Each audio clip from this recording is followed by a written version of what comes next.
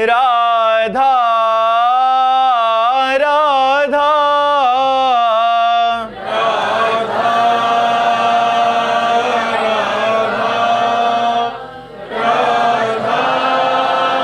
राधा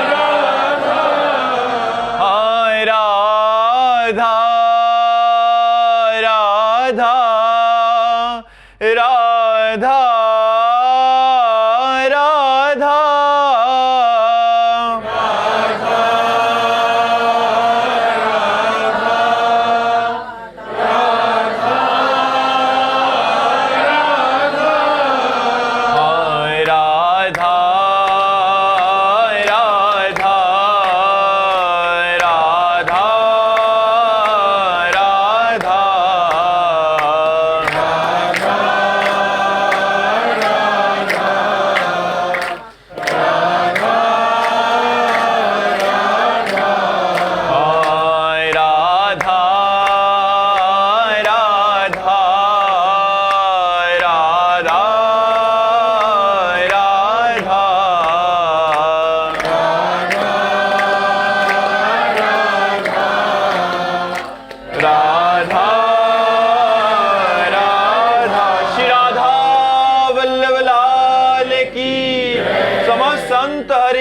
भक्तन की, श्री वृंदावन धाम की, सद्गुरुदेव भगवान की।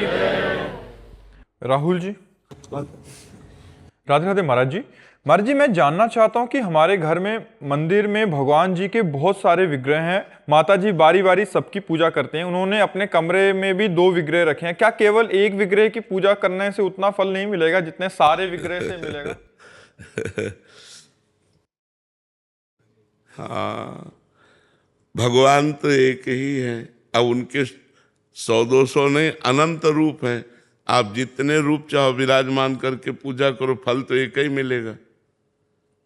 आप मान लो 1000 भगवान की पूजा की और एक भगवान को विराजमान के पूजा की, आप 1000 जगह भाव बांटे हुए हो, तो आपका भाव उस कोटि का नहीं जितना एक पूजा में भाव लगाए हुए हैं, तो आपका कम रहेगा। 1000 जगह पूजा करने पर भी आपका फल कम रहेगा, और एक जगह पूजा करता है बाजी मार ले जाएगा। क्योंकि भगवान तो एक है ना, किसी एक रूप की। जैसे रामकृष्ण परमहंस जी ने माँ काली, वह माँ में ही कृष्ण को देखा, माँ में ही राम को देखा, माँ में ही सबको देखा। जैसे तुलसीदास जी राम जी, तो राम जी सिय राम में सब जग जानी, सब में सिय राम देखना। गोपियों ने श्री कृष्ण को देखा, तो जित देखो तित श्याममयी। एक जगह प्रेम होता है, प्रेम बहुत जगह नहीं होता। बहुत जगह तो व्यवहार होता है, प्रेम एक जगह होता है। तो भगवान से यदि प्रेम करना है तो भगवान के किसी एक रूप को आप स्वीकार कर लो और उन्हीं का नाम जप करो, उन्हीं का ध्यान करो, उन्हीं की पूजा करो। इसीलिए गीता में भगवान ने कहा है, अनन्यस चिंतयन्तो माम ये जनाः पर्युपासते। अनन्य चिंतन की मांग भगवान ने की। अनन्य माने फिर एक में लग जाना, एक भरोसो, एक बल, एक आस विश्वास, एक राम घन श्याम है चातक तुलसीदास। चातक की तरह, जैसे चातक गंगा जी में भी गिरे तो चोंच नहीं मारेगा, प्यासा मर जाएगा। वो पिएगा तो सिर्फ स्वाति के बूंद को ही पिएगा। ऐसे ही एक भगवान में रति हो जाए, राम जी में, श्याम जी में, माता जी में, पिताजी में, जहाँ भी एक मान लो उनको और एक मान करके पूजा करो। पर प्रारंभ अनेक से ही होती है। जैसे हम लोग भी थे ना, तो प्रारंभ शिव चालीसा, हनुमान चालीसा, राम रक्षा स्तोत्र, ये सब करते करते धीरे, पढ़ाई यहीं से शुरू होती है। धीरे धीरे धीरे धीरे धीरे धीरे वो क्रम बाई क्रम फिर ऐसा कि अब फिर एक में रह जाता है। अनन्य निष्ठा जागृत हो जाती है कि रसना कटो जो अन्न रटो, निरख अन्न फुटो नैन, श्रवण फुटो जो अन्न सुनो, बिन राधा जस बैर। बस वो श्री राधा श्री राधा श्री राधा। निष्ठा आप में लग जाए तो आप किसी वक्त को छोड़ दें। निष्ठा गुरु में लग जाए तो बहुत कम है, बहुत कम है जिसका गुरु में प्यार हो जाए। बहुत कम भाग्यशाली होते हैं ऐसे लोग। गुरु से प्यार होना तो बहुत कठिन है भाई, क्योंकि गुरु हमारे जैसे दिखते हैं। गुरु बहुत बहुत संत हैं ऐसा मान, गुरु साक्षात परब्रह्म, गुरुर् ब्रह्मा गुरुर्विष्णु गुरुर्देव महेश्वरा गुरु साक्षात परब्रह्म तस्मै श्री गुरुवे। तो आप किस भगवान की प्राप्ति करनी? मेरे भगवान तो मेरे सामने बैठे हैं, मैं अपने भगवान को रोज देखता हूँ, रोज उनसे बात करता हूँ, मैं तो मुक्त हो गया क्योंकि मेरे भगवान मिल गए मुझे गुरु रूप में। तो मोक्ष मूलम गुरु कृपा से मुक्त। पर गुरु में प्रेम होना हम ये कहते कठिन है, गुरु में प्रेम होना कठिन है। अगर गुरु में प्रेम हो गया तो भगवान अधीन हो जाएंगे, गुरु में प्रेम हो जाए तो भगवान अधीन हो जाए। श्री सीताराम ओंकारनाथ जी महाराज एक बहुत बड़े संत हुए। वो रात दिन अपने गुरु की चरण पादुका छाती में बांधे रहते थे, हर समय गुरु का दिया हुआ नाम जप करते थे, अपनी छाती में ऐसे गुरु जी की चरण पादुका लकड़ी की खड़ाऊं ऐसे उनके कपड़े से रात दिन बांधे रहते थे, गुरु के सिवा। तो ऐसे महापुरुष, बड़े सिद्ध महापुरुष है सीताराम ओंकारनाथ जी महाराज। तो कोई ऐसे बिरले जन होते हैं जो गुरु से प्रेम करते हैं और उनका जीवन धन्य हो जाता है जो गुरु से प्रेम करते हैं। शिवांश यादव जी जबलपुर से। राधे राधे महाराज जी। राधे राधे महाराज जी, मंत्र के प्रति निष्ठा कैसे बढ़ाएं? जब से बार बार जो हम करते हैं उसमें हमारी आसक्ति होने लगती है, गंदी चीजों में आसक्ति होने लगती है। तो मंत्र तो अमृतमय है, सच्चिदानंदमय है। हम बार बार जप करें अंदर अंदर तो उसमें हमारी आसक्ति हो जाएगी, फिर हम उसके बिना रह नहीं सकते। पर आसक्ति करने के लिए हमको जबरदस्ती भजन करना पड़ेगा, क्योंकि भजन में सहज आसक्ति नहीं होती, विषयों में तो आसक्ति हो जाएगी। नाम स्थायी असर करेगा लेकिन तुरंत अनुभव में नहीं आता। तो इसलिए नाम को जबरदस्ती हमें रटना होता है, मंत्र को, गुरु मंत्र को जबरदस्ती हमें जपना होता है। जपते जपते ऐसी आसक्ति हो जाएगी कि फिर आपको छोड़ने का मन नहीं करेगा, फिर आगे चलकर भजन आपको पकड़ लेगा, आप ना भी करो तो चलता रहेगा। तो अब इसके लिए अभ्यास चाहिए। अभ्यास योग युक्तेन चेतसा नान्यगामिना, चित्त कहीं न जाए, मंत्र में ही रहे, ऐसा अभ्यास से हो सकता है। बार बार मंत्र जप का अभ्यास करो। प्रियंक कश्यप जी। राधे राधे गुरु। राधे राधे महाराज जी। महाराज जी, मेरा मन बिल्कुल भी शांत नहीं रहता, पूर्व तथा भविष्य की चिंता में फंसाए रखता है। मैं भजन मार्ग में चलना चाहता हूं, पर शुरुआत कहां से करूं?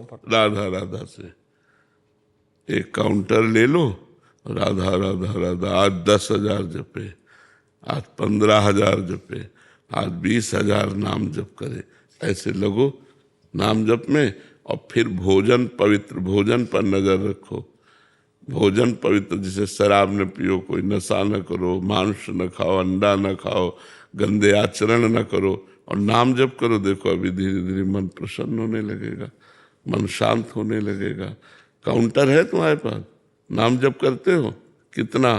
10,000 से। हाँ ठीक है, भोजन सुधारो, भोजन पवित्र हो, कोई नशा नहीं करते, अच्छे बच्चे हो, कोई गंदा आचरण। गोपाल जी की सेवा होती है घर में, सब गोपाल जी की सेवा होती है, आपके द्वारा बताए गए मार्ग पर चलने का प्रयास भी। हाँ, तो बस आप धैर्य पूर्वक चलिए, मन को बार बार नाम में लगाने की कोशिश कीजिए, यही मन पॉजिटिव विचार ले आएगा।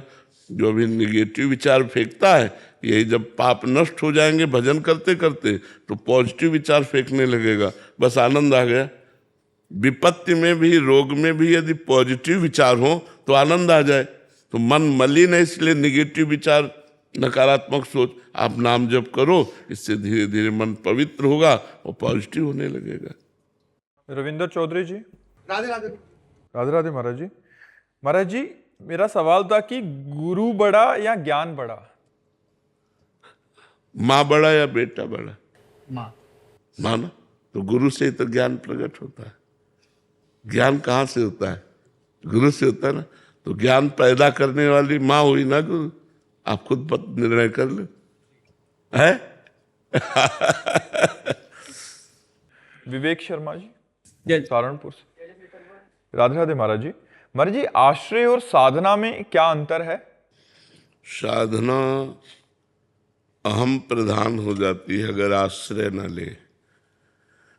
साधना तो दोनों में ही होती है। आश्रय किसका प्रश्न है? आश्रय से अहंकार उत्पन्न नहीं हो पाता, क्योंकि गुरु आश्रय, भगवद आश्रय, ये जो मैं नाम जप कर रहा हूँ गुरु जी की कृपा से कर रहा हूँ, जो मेरे से साधना बन रही वो गुरु जी की कृपा से बन रही। ये आश्रय, अगर आश्रय ठीक नहीं है तो फिर अहंकार होने लगे। अहंकार रूपी दोष होने के कारण साधन शुद्ध फल नहीं प्रकट कर पाता। शुद्ध फल भगवत भाव है, वो प्रकट नहीं हो पाता। इसलिए साधना तो दोनों से होती है, एक अहम प्रधान और एक आश्रय प्रधान। आश्रय प्रधान अहम शून्य साधना होती है, जो बहुत जल्दी लाभ प्राप्त करती है और भगवत प्राप्ति करा देती है। अहम युक्त साधना में विघ्न आते हैं, हो सकता है उसका साधन छूट जाए, लेकिन अहम शून्य साधना में विघ्न भगवान काटते हैं। करो सदा तिनके रखवारी, जिम बालक राखे महतारी। और साधना बहुत तीव्र होती है और वो भगवत प्राप्ति कराने में समर्थ हो जाती है। इसलिए साधना तो दोनों में है, एक अहम प्रधान एक आश्रय प्रधान है। जयप्रकाश जी। राधा वल्लभ राधे राधे महाराज जी। महाराज जी, जैसे कि आपने सत्संग में बोला है कि गुरुदेव के प्रति परब्रह्म भाव होना कठिन बात है, अगर ऐसा हो जाए तो जीवन मुक्त हो जाओ। तो गुरुदेव के प्रति परब्रह्म भाव सिद्ध हो जाए सहज में ही, ऐसा क्या किया जाए? नाम जप करे तो जैसे जैसे आनंद आएगा ना गुरु मंत्र के द्वारा जो गुरु ने दिया है, तो ऐसे अपने गुरु में बलिहार हुआ जाता है। जहाँ से आनंद आता है वहाँ समर्पण हो जाता है। जीव जिसमें आनंद आता है उसके अधीन होने लगता है। गंदी बातों में भी अगर हमें सुख मिलने लगा तो उसके बिना हम नहीं रह सकते। ऐसे जब गुरु जी ने जो मंत्र दिया, जो पाठ दिया, जो साधना दी, वो जब हम करते हैं हमें आनंद, तो गुरुदेव की बलिहारी है। गुरुदेव ने ये सुख दिया तो वो गुरुदेव पर आसक्त होता जाता है। और जब आसक्ति हो जाती है तो अपना परम प्यारा गुरुदेव से भगवान नजर आता है। आसक्ति में तो ये है, तुम्हें माता च पिता तुम्हें बंधुश्च सखा तुम्हें विद्या द्रवणं तुम्हें सर्वम मम, तुम्ही मेरे मंदिर तुम्ही मेरी पूजा, जो कुछ हो सब तुम्हें हो।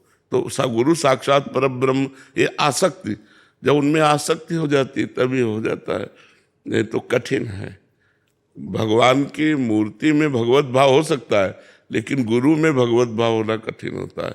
क्योंकि चलते फिरते हमारे जैसे बोलते, हमारे जैसे देखते, हमारे जैसे खाते पीते, तो एक लगता है अच्छे संत हैं, बस ये भगवान है। जब हमारे परब्रह्म है, ऐसा भाव आना कठिन है। अगर हम गुरु मंत्र जप करें, गुरु प्रदत्त साधना करें और उसमें आनंद की अनुभूति होने लगे तो गुरु में आसक्ति हो जाए। नहीं तो ऐसे कितने लोग गुरु मंत्र लिए, पढ़ा है, जैसे ऊसर में बीज पड़ा है, अंकुरित ही नहीं हो पाया। तो ऐसे ही हृदय में मंत्र तो पहुंच गया पर सिद्ध ही नहीं किया, उसे जप ही नहीं किया, तो उससे कोई आनंद नहीं मिला, तो गुरु से कोई प्रेम नहीं हुआ। जैसे जैसे हमारी आध्यात्मिक उन्नति होती है तो लगता है गुरु कृपा से हुई, तो गुरु में आसक्ति होने लगती है। फिर वो ऐसा लगता है इनके बिना मैं जी नहीं सकता। ऐसा कोई बिरला होता है जिसको ऐसा आता मैं गुरु के बिना नहीं जी सकता, गुरु के लिए मेरे प्राण समर्पित, मेरे जीवन समर्पित। ऐसा तो कठिन होता है ना। साधना करे, उपासना करे तो आसक्ति हो सकती है। जैसे देखो, माँ, हमने कोई साधना नहीं की पर माँ से आसक्ति होती है कि नहीं होती? आज हमें 55-56 वर्ष हो गए, लेकिन माँ शब्द से उतना ही प्यार है जितना घर से निकलते समय था। बच्चापन से घर से निकले, माँ शब्द याद आते ही वो ऐसे ही हमारा हृदय एकदम भाव से युक्त हो जाता। माँ एक अलौकिक वस्तु है। अब कौन सी साधना की थी माँ से प्यार करने के लिए? कोई साधना नहीं। माँ का दुलार मिला, माँ का प्यार मिला, बचपन से ही हमने जब होश संभाले तो माँ की गोद में, तो आसक्ति हो गई माँ से। अब हम जब कोई मिलता है तो कहते हैं यार चूक मत करना, यदि तुम्हारे माँ हो और पिता हो तो तुम उसकी सेवा करना। क्योंकि आज हमारे मन में आता है कि आज मेरी माँ होती तो मैं उसकी सेवा करता, आज उसको सुख पहुंचाता। तो माँ से जैसे बिना किसी साधना के प्रेम हो गया, ऐसा गुरु से हो जाएगा? नहीं होगा। गुरु परब्रह्म परमात्मा की प्राप्ति कराने में समर्थ है, लेकिन गुरु में ऐसा भाव होना बड़ा कठिन। जैसे अपनी माँ में, अपने पिता में, ऐसे मेरे गुरुदेव हाँ, बहुत कठिन है। ऐसा गुरु में भाव आ गया तो माया पर विजय प्राप्त कर ली, माया को जीत गया। पुनीत रावत जी, कानपुर से। राधा वल्लभ जी। राधे राधे महाराज जी। महाराज जी, आपकी कृपा हुई तो नाम मिला और नाम जपने का प्रयास हर समय करता हूँ। महाराज जी, जो आप कह रहे थे महाराज जी, गुरुदेव में अगर प्रेम हो जाए तो उसका इजहार उनसे कैसे करें? करना नहीं पड़ेगा, ये हृदय का है ना। उधर आप जितना करो इधर धक्का लगने लगेगा। उधर आप प्रेम करके देखो, कभी मत बोलना कि मैं आपसे प्यार करता हूं, और आपको अगर प्यार ना मिलने लगे तो हमें बताना। हृदय से वो जब आपको देखेंगे और आपके नेत्रों में होगा ना, तो आपको गुरु के नेत्रों में प्यार दिखाई देगा कि हमको कितना प्यार करते हैं। वो एक बार हमें देख लेना तो इतना, जैसे हम अपने गुरुदेव के पास जाते हैं सदैव ऐसे रहते हैं। अगर वो कभी ऐसे करके देख लेते हैं ना तो लगता है निहाल हो गए, मतलब ऐसा लगता है जैसे हमारा राज्याभिषेक हो गया हो। और अगर मुस्कुरा के माला वगैरह प्रसादी दे दिए ना तो मन नाच पड़ता है। तो हमारा प्यार और गुरुदेव का प्यार गुप्त प्यार है। कभी गुरुदेव से नहीं कह सकते कि हम आपको बहुत प्यार करते हैं, इतनी हिम्मत नहीं। हम आपको बहुत प्यार करते हैं, इतनी हिम्मत नहीं कि हम कह सके। और वो कह दें कि हम तुम्हें बहुत प्यार करते हैं, ऐसी मर्यादा नहीं कहती। मतलब हम किसी से कहें कि हम आपको बहुत प्यार करते हैं, ऐसी मर्यादा नहीं कहती। और आप कि मैं आपको बहुत प्यार करता हूँ, ऐसी हिम्मत नहीं हो सकती। अगर असली में प्यार करते हो, बहुत प्यार करते हो, तो सामने जाते ही आंसू चलने लगेंगे और बस ऐसे हो जाओगे कि इतने से समझ जाओ तो समझ जाओ, नहीं तो हम आपके लिए जीवन। तो गुरुदेव से हमें उत्तर नहीं मिलेगा, हमारे हृदय में उत्तर आ जाएगा कि गुरुदेव हमें कितना प्यार करते हैं।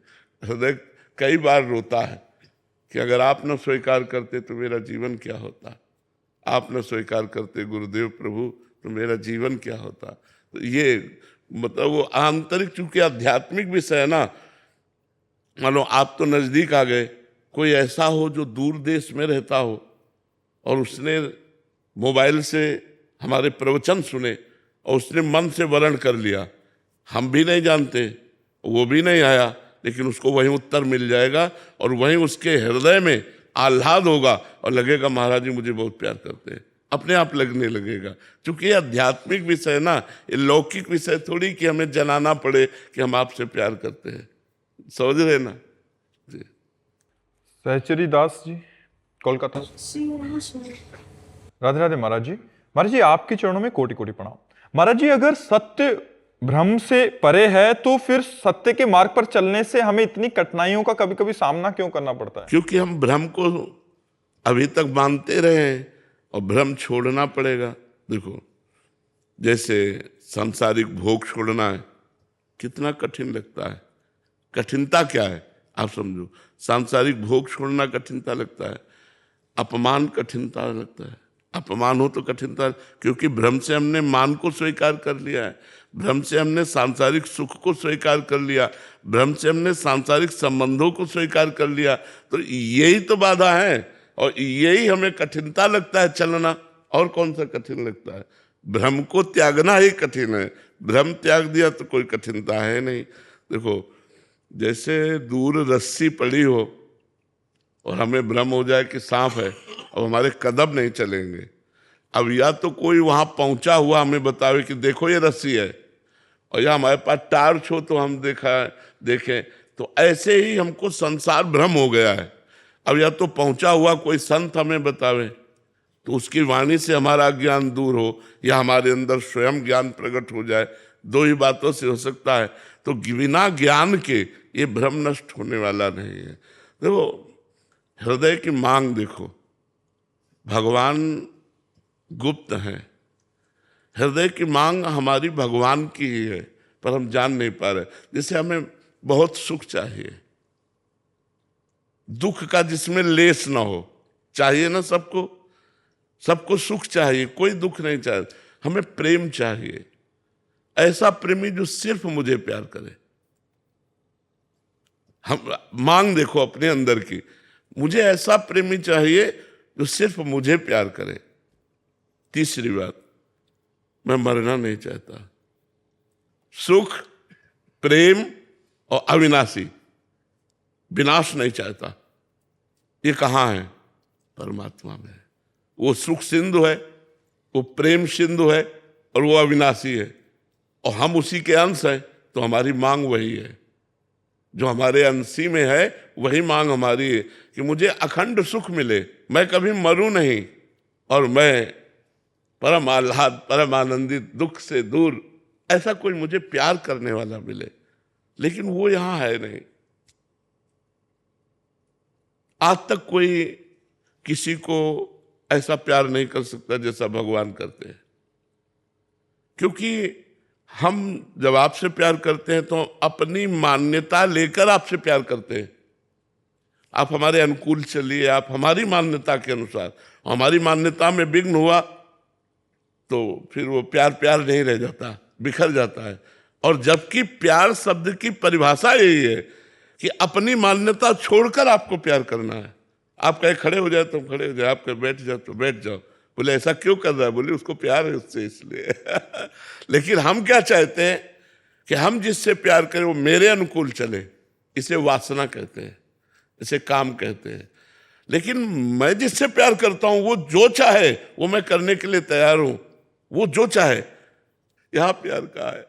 प्यार तो भगवान में है, सुख भगवान में है, शांति भगवान में है, और मृत्यु पर विजय, मृत्युर्मा अमृतम गमय, ये भगवान में है। इसलिए हम आनंद सिंधु भगवान का नाम जप करें, उनके आश्रित रहें, उन्हीं को रिझाएं। तो भगवान और गुरु दो नहीं हैं, एक ही है। जहाँ ये अनुभव हुआ तो गुरु में प्यार हो जाता है, और गुरु में प्यार हुआ तो गुरु हृदय में ही बैठे हुए हैं, वो उत्तर मिलने लगता है कि हमको बहुत प्यार करते हैं। राधे राधे महाराज जी। गुरुदेव भगवान, हमसे वृंदावन धाम में गलत स्पर्श संक्रिया हो गई, फिर आपके श्रीमुख से सुना कि संसार जगत में हुआ अपराध धाम में क्षमा मांगने पर नष्ट हो जाता है, क्षमा हो जाता है, परंतु धाम में हुआ अपराध वज्र की लीक बन जाता है। तब से हमारा मन अत्यंत जलन, पीड़ा व गलानी से। वृंदावन की परिक्रमा दो और 11 साष्टांग दंडवत करके कान पकड़ के क्षमा मांग लो, ठीक है? वृंदावन की जलन होती है अंदर से किसी चीज में मन। आज जो हम उपाय बता रहे हो करो, नाम जप करते हुए मौन होकर वृंदावन की परिक्रमा करो, और 11 दंडवत वृंदावन को प्रणाम करके और प्रार्थना करो कि मन वचन कर्म से हमसे जो भी अपराध बने हैं, जाने या अनजाने में, हे परम पावन धाम आप क्षमा करो। तो धाम का अपराध धाम ही क्षमा कर सकता है, वो क्षमा कर देंगे। बहुत कृपालु वृंदावन धाम है। नारायण जी प्रयागराज से। राधे राधे महाराज जी। महाराज जी आपके चरणों में दंडवत प्रणाम। महाराज जी, वासना रहित होने का क्या मतलब है? शरीर की सारी इच्छा का क्षय हो जाना है, या जो हो रहा है उसको बदलने के लिए कोई इच्छा ना होना? उपासना की इच्छा ही वासनाओं पर शासन कर सकती है। यदि भगवद उपासना नहीं तो वासनाओं का नाश हो ही नहीं सकता, क्योंकि उपासना से ही उपास्य देव की कृपा से ज्ञान प्राप्त होता है, और ज्ञान से ही वासनाओं का नाश होता है। दुर्वासना मम सदा परिकर्षयन्ति। अनेक जन्म की दुर्वासनाएं हमारी चित्त वृत्ति में दबी हुई हैं। नई वासनाएं भोग करके संस्कार बन रहे हैं नए भोगों के, और पुराने तो हैं ही। तो भीड़ लगी हुई है वासनाओं की, एक वासना, दूसरी वासना, तीसरी वासना, ये उपासना से नष्ट होती है। जब हम करुणा में युगल सरकार, श्यामा श्याम या सियाराम या शिव पार्वती, इनकी उपासना करते हैं तो उपासना से हमारी बुद्धि का मार्जन होता है, और मार्जन की हुई बुद्धि में विवेक ज्ञान प्रकट होता है। उसी ज्ञान के द्वारा ये समस्त भोग मिथ्या और वमन तुल्य, विष तुल्य रखते हैं। इसलिए उसका मन ही नहीं जाता किसी भोग में। इतना आनंद स्वयं में अनुभव में आता है कि उसका मन किसी भोगों में जाता ही नहीं। अभी आप सोच ही नहीं सकते कि वो आनंद कैसा होता है। जो भगवदानंद है वो अपार, इतना आनंद की असहनीय हो जाता है, और उपासक चिल्ला चिल्ला कर रोने लगता है, हा कृष्ण हा राम हा शिव, हा प्रिया, ऐसे। अब उसको वासनाएं ब्रह्मादिक के भोग सब विषम लागता है। ब्रह्मादिक के भोग भी उसे विष के समान लगते हैं, फिर मनुष्य लोक के भोगों की तो बात क्या जाने। आप देखो अभी केवल मनुष्य लोक की ही भोग की वासनाएं उठती हैं और दबी हुई अन्य लोकों की भी है। जब हम साधना करते हैं तो अन्य लोकों की भोग वासनाएं सामने आने लगती हैं, उनका भी त्याग करे। फिर सिद्धि की वासनाएं आने लगती हैं, फिर सिद्धियों का त्याग करे, तब वो भगवान को प्राप्त होता है। इसलिए उपासना करो, बहुत चिंता मत करो, भगवान के आश्रित रहो, वही सारी वासनाओं का नाश कर देते हैं। इसलिए बिल्कुल चिंता ना करो, भगवान का भरोसा रखो और नाम जप करो और बचते रहो, तो धीरे धीरे वासनाएं सब डिलीट हो जाएंगी, आपका हृदय निर्मल हो जाएगा, भगवदानंद की उत्पत्ति हो जाएगी। मनुष्य जीवन इसी सुख के लिए है। इन नारकी भोगों को तो सुअर, कुत्ता, पशु पक्षी भी भोग रहे, अगर उनको भोग कर हम सुखी हुए तो क्या दुर्लभता इस मानव देह की। मानव देह की दुर्लभता है सच्चिदानंद सुख का अनुभव करना, वो है श्री भगवान। उनका नाम जप करो, उनके आश्रित रहो। सलोनी मिश्रा जी उन्नाव से। राधे राधे महाराज जी। महाराज जी, जीवन जब धन अभाव व प्रतिकूलता में बीता हो, फिर अचानक से खूब सारा वैभव मिल जाए, तो ऐसे में अपने मन को कैसे संतुलित रखें जिससे हमारा भजन अच्छे से हो सके? भगवान का प्रसाद समझकर, अपने को सेवक मानकर और स्वामी की संपत्ति मानकर यदि व्यवहार किया जाए तो कोई भी संपत्ति बाधा नहीं पहुंचा सकती। नाथ सकल संपदा तुम्हारी, बहुत शब्दों पर ध्यान दीजिए। नाथ सकल संपदा तुम्हारी और मैं सेवक समेत सुत नारी, कोई बाधा नहीं पहुंचा सकते। अगर संपत्ति की मालकिन आप बनेंगे, मालिक बनेंगे, तो फिर विपत्ति भी आने वाली है। दिन है तो रात आएगा, रात है तो दिन आएगी। इससे सुख संपत्ति है तो दुख आएगा, बड़े बड़ों के जीवन में आया है। और दुख है तो घबराओ नहीं, सुख संपत्ति आने वाली है। तो इसलिए अगर सुख संपत्ति मिल गई है तो गौ सेवा करो, संत सेवा करो, गरीबों को औषधि दो, जो कोई भूखे उनको भोजन दो, और अपने को सेवक मानो और भगवान की संपत्ति मानो, तो कभी कोई आपको परास्त नहीं कर सकता। पिताजी गोरखपुर से। महाराज जी, मन और इंद्रियों को बस में करके दृढ़ता पूर्वक नाम जप कैसे किया जाता है? नाम जप से ही मन और इंद्रियां बस में हो जाएंगी और नाम जप से ही दृढ़ता आ जाएगी। सत दीर्घ काल निरंतर सत्कार सेवितो दृढ़ भूमि। यदि नाम को बहुत लंबे समय तक, बहुत काल तक सम्मान के साथ, आदर के साथ निरंतर जपा जाए तो दृढ़ता आ जाएगी, दृढ़ भूमि, दृढ़ता आ जाएगी और इंद्रियां और मन ये आपके अधीन हो जाएंगे। नाम जप से सब हो जाएगा। खूब नाम जप करो। विशाल जी कर्नाटक से। राधे राधे महाराज जी। महाराज जी, जैसे हमारी पढ़ाई होती है पूरे साल, फिर परीक्षा होती है, फिर 2-3 सप्ताह के बाद परिणाम मिल जाता है, वैसे ही जब हम पूजा पाठ या नाम जप करते हैं उसका फल कब प्राप्त होता है और उसका फल है क्या वास्तविक? उसका फल तो तुरंत प्राप्त होता है। पापों का नाश, हृदय की मलिनता का नाश।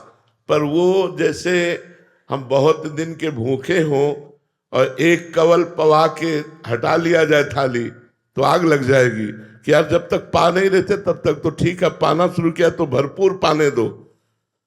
एक कवल ने जाकर यद्यपि तृप्ति की पर असंतुष्टता सी प्रतीत होगी। तो ऐसे ही अनेक जन्मों से हम सुख की खोज कर रहे हैं कि हम लोगों की मांग है सबकी, सुख जिसमें दुख ना मिले,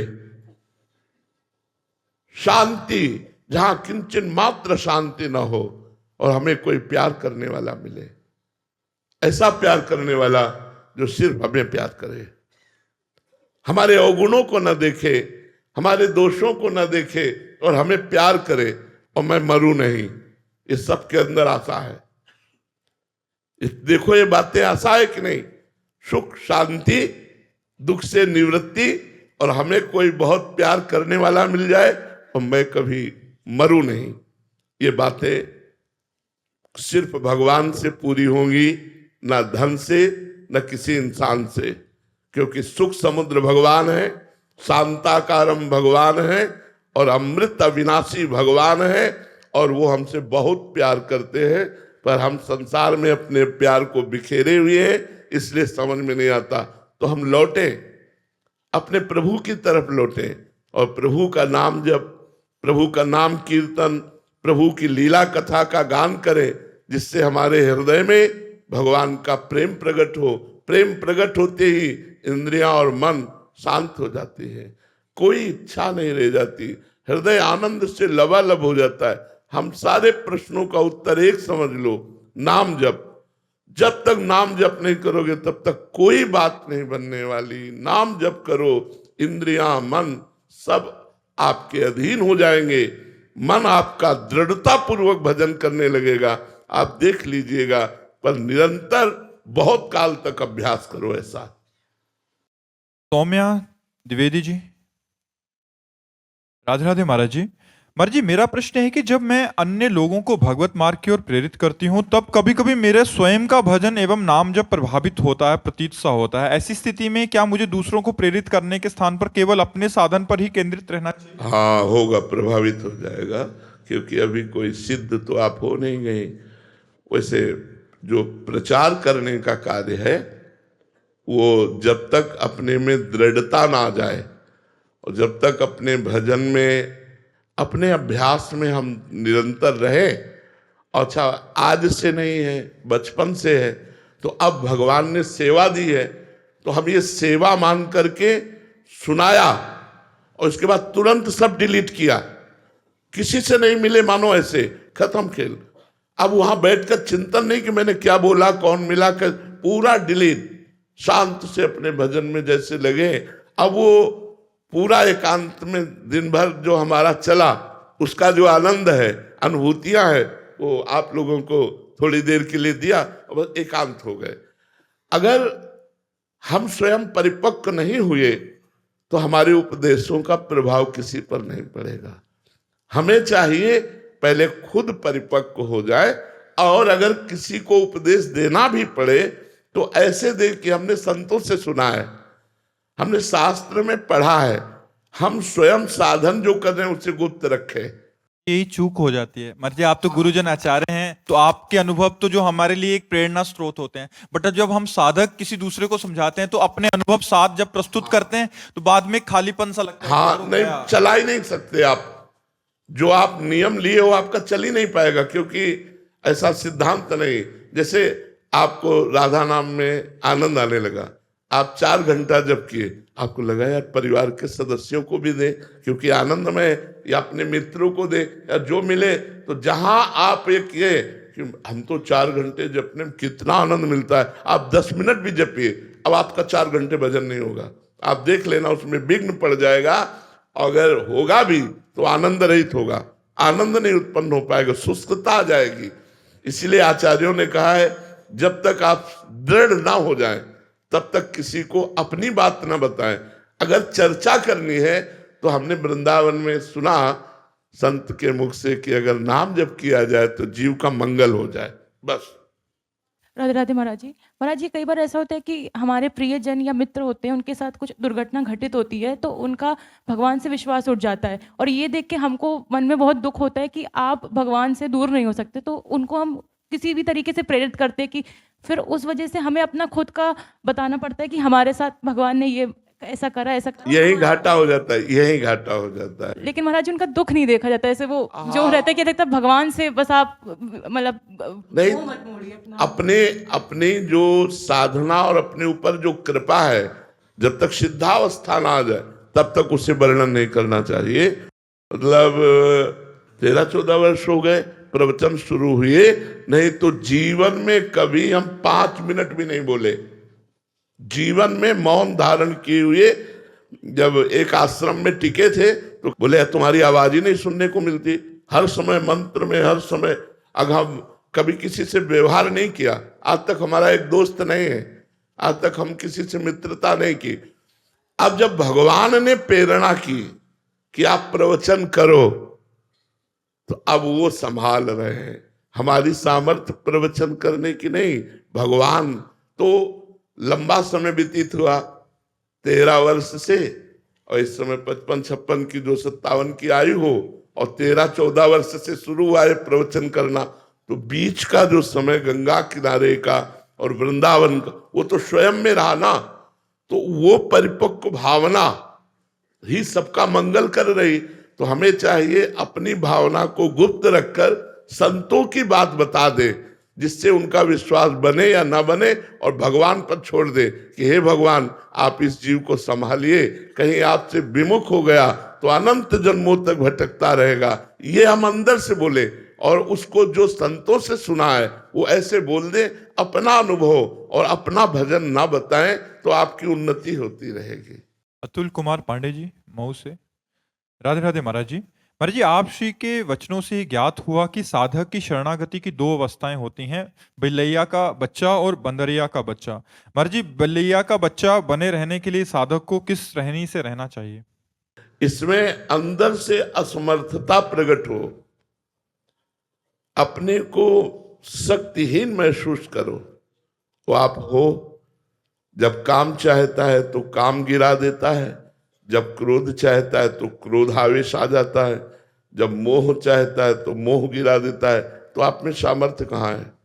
तो असमर्थ होकर सर्व समर्थ भगवान की शरण जाना, और अपने को ऐसा समझना कि अब मेरे कदम भी उठेंगे तो भगवान के बल से ही उठेंगे, मेरे में तो कोई बल नहीं है, और बिल्कुल भगवद आश्रित हो जाना। तो फिर भगवान जैसे अर्जुन के रथ की डोर अपने हाथ में ले ली, ऐसे हमारे जीवन की बागडोर स्वयं भगवान संभाल लेते हैं, और वो देखता है सब भगवान हमसे मंगलमय कार्य कराते चले जा रहे हैं, मेरी सामर्थ्य से नहीं हो रहा, ये मेरे भगवान से हो रहा है, ऐसा अनुभव होने लगता है। अहंकार रहित शरणागत बिलैया का बच्चा है, और विवेक युक्त शरणागत भक्त बंदरिया का बच्चा है। तो अगर हमारे अंदर ज्ञान है, हमारे अंदर बल है, तो प्रयोग करके देख लो, जब हार जाना तब बिलैया का बच्चा बन जाता है। बिलैया का बच्चा वो स्वयं एक स्थान से दूसरे स्थान तक नहीं जाता, बिलैया अपने मुख में उसे दबा के ले जाती है। ऐसे ही हमारी प्रत्येक चेष्टाएं भगवत बल से हो रही, ऐसा हमें अनुभव होने लगे, अहंकार से नहीं कि मैं करता हूं, भगवत बल से हो रही, और पूर्ण रूप से अपने को असमर्थ पाना, मेरे में कोई सामर्थ्य नहीं है, हे नाथ आप ही संभालो। वो बस भगवान को पुकारता रहता है। जैसे बिलैया को बच्चा को कोई कष्ट हो तो म्याऊं के सिवा कुछ नहीं बोलेगी। तो शरणागत हे हरि, हे करुणा में, अब आप देख लो मेरे में कोई सामर्थ्य नहीं, आप संभालो। यह है बिलैया का बच्चा बनना, पूर्ण भगवद आश्रित, अपने में निर्बलता। तो सुनेरी मैंने निर्बल के हा बलराम, पहले निर्बल बने, अभी हम में सामर्थ्य है, इसलिए हम अभी अहम रूपी सामर्थ्य है, इसलिए हम शरणागत नहीं हो पाते। सुनेरी मैंने निर्बल के बलराम, अपबल तपबल और बाहुबल, चौथो बल है दाम, सूर किशोर कृपाते सब बल, हारे को हरिनाम। सुनेरी मैंने निर्बल के बलराम। जब हम निर्बल हो जाते हैं, मेरे में कोई सामर्थ्य नहीं, तो भगवत शरणागति से भगवत बल प्रकाशित हो जाता है। समझ पा रहे आप? महाराज जी, जब कुछ भी हम करते हैं तो उस समय बल आ जाता है, जब हम गिरते हैं तब तो निर्बल हो जाते हैं, लेकिन जब कुछ करते हैं तो लगता है कि हम में बल आ गया। ये अवस्था महाराज जी बहुत गड़बड़ रहती है। हाँ, तो जब कुछ करने चलो तो प्रवेश नगर की जय सब काजा, हृदय राखी कौशलपुर राजा।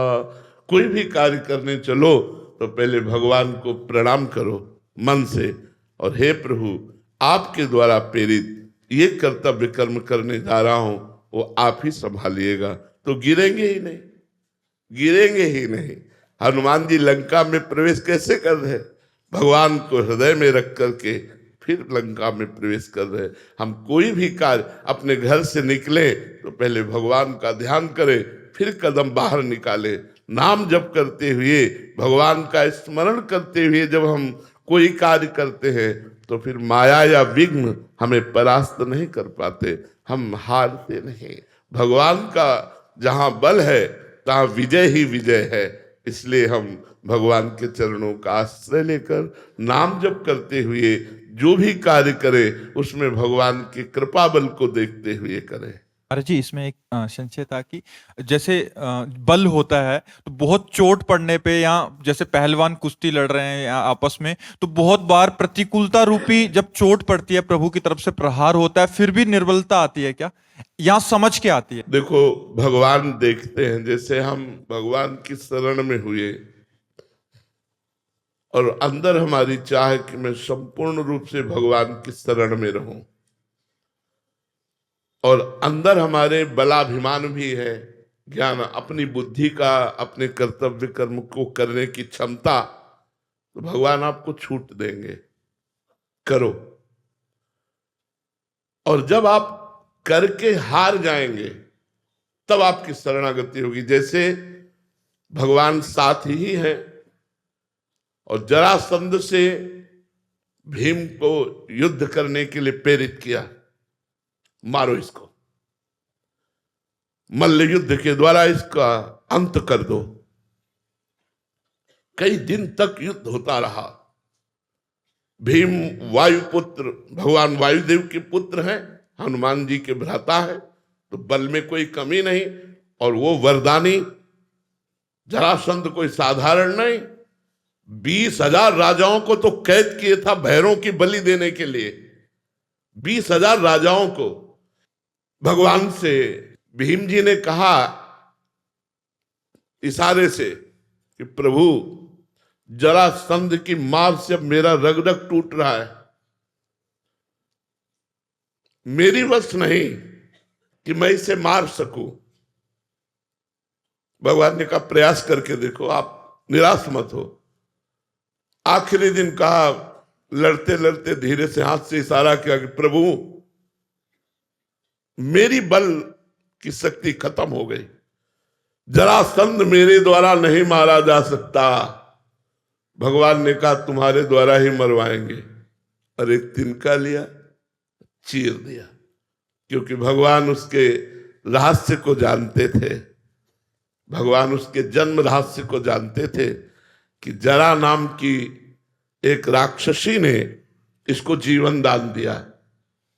इसके जो पिता थे वो राजा ही थे, उनकी कोई संतान नहीं होती थी। उन्होंने एक ऋषि को प्रसन्न किया, तो ऋषि ने एक फल दिया और कहा अपनी रानी को खिला देना, इससे संतान उत्पन्न होगी। रानियां 2 थी, उन्होंने फल दिया और कहा इसके पाने से गर्भवती हो जाओगी। अब बुद्धि काम नहीं की, दोनों ने फल को आधा आधा काट लिया और दोनों ने पा लिया, दोनों गर्भवती हो गई, और जब दोनों के बच्चा हुआ तो आधा आधा हुआ। आधा आधा देख करके उनको बहुत शोक हुआ और फेंकवा दिया। जरा नाम की महान तपस्विनी थी, राक्षसिन, लेकिन आकाशचारी, सिद्धों की समस्त सिद्धियां और महान तपस्विनी। उसने देखा कि 2 बालक की इस तरह के 100, दूसरे का जियो जियो जियो। वो सिद्ध तपस्विनी जे ही ऐसे किया, दोनों जुड़ गए और बच्चा रोने लगा। उसको पता था। महाराज के पास गई और कहा ये आपकी संतान। उनका मेरी संतान तो मृत पैदा हुई थी, अलग अलग, तो उनका मैंने जोड़ दिया, मैंने जोड़ दिया। संधि माने होता है जोड़ना। तो जरा नाम की राक्षसी, उसने संधि किया, इसलिए नाम रखा गया जरासंध। तो भगवान उस रास्ते को जानते थे, भगवान ने उसको चीर दिया, एक तिनके को, और ऐसे फेंका। भीम को भगवान ने अब बल दिया, उठा के पटक दिया और तिनके की तरह चीर कर फेंक दिया। फिर भी वो जुड़ गया के भीम ने कहा प्रभु, तो प्रभु ने फिर उल्टा फेंका, तो दोनों शांत हो गए। तो जब भीम हार गए तब भगवान ने अपना बल दिया।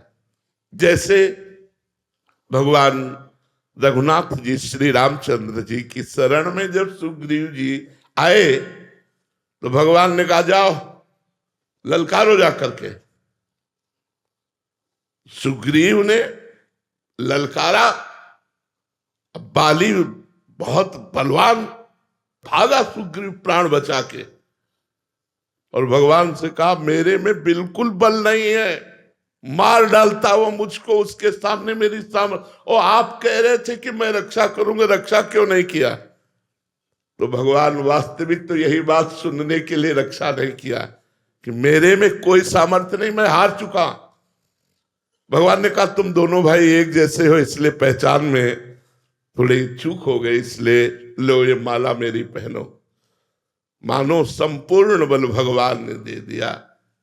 अब जाके युद्ध किया, बाली थकित हो गया सुग्रीव की चोट से, क्योंकि सुग्रीव भगवत बल से बलवान हो रहा है।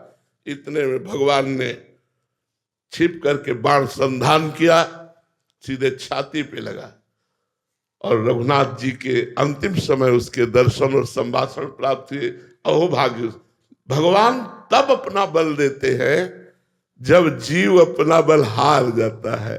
हारे को हरि नाम, हार जाता है। महाराज जी, आपके जीवन में भी जब आपने बताया कि अचल बिहार में थे तो साधन का, आप हम जैसों के लिए प्रेरणादायक एक कि साधन का बल था, तो फिर महाराज जी एक समय ऐसा आया कि जब किडनी का ऐसा प्रतिकूलता आई भगवान की तरफ से प्रेरित होके, तब महाराज जी वो जीवन में वो जागृत हुई शरणागति। तो महाराज जी ऐसे ही क्या हाँ, आपके जीवन बिल्कुल बिल्कुल बिल्कुल।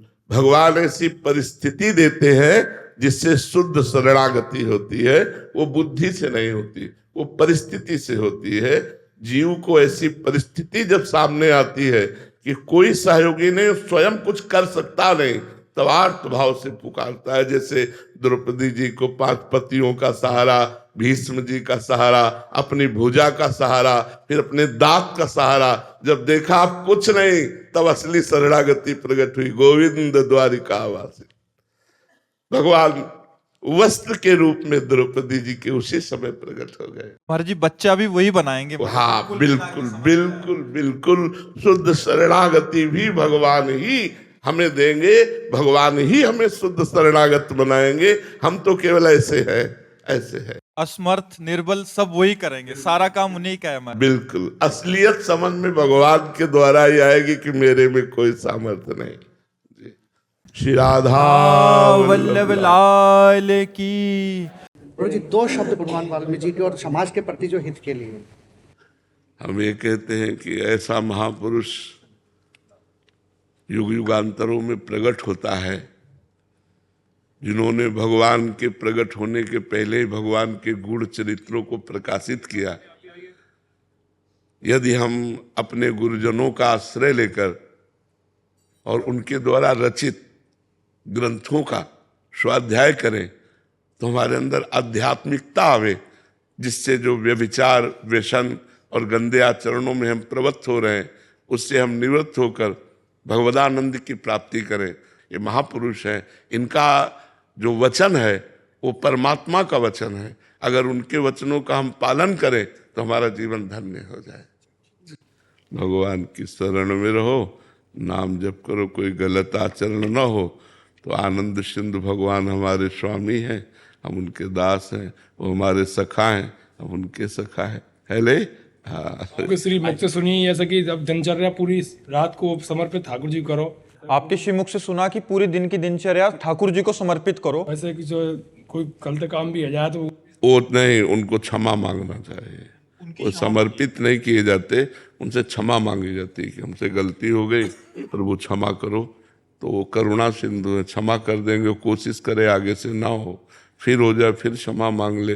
क्योंकि बहुत फिसलन का मार्ग है संसार, तो बहुत फिसलन का मार्ग है। कभी भी कोई भी फिसल सकता है, चूक हो सकती है।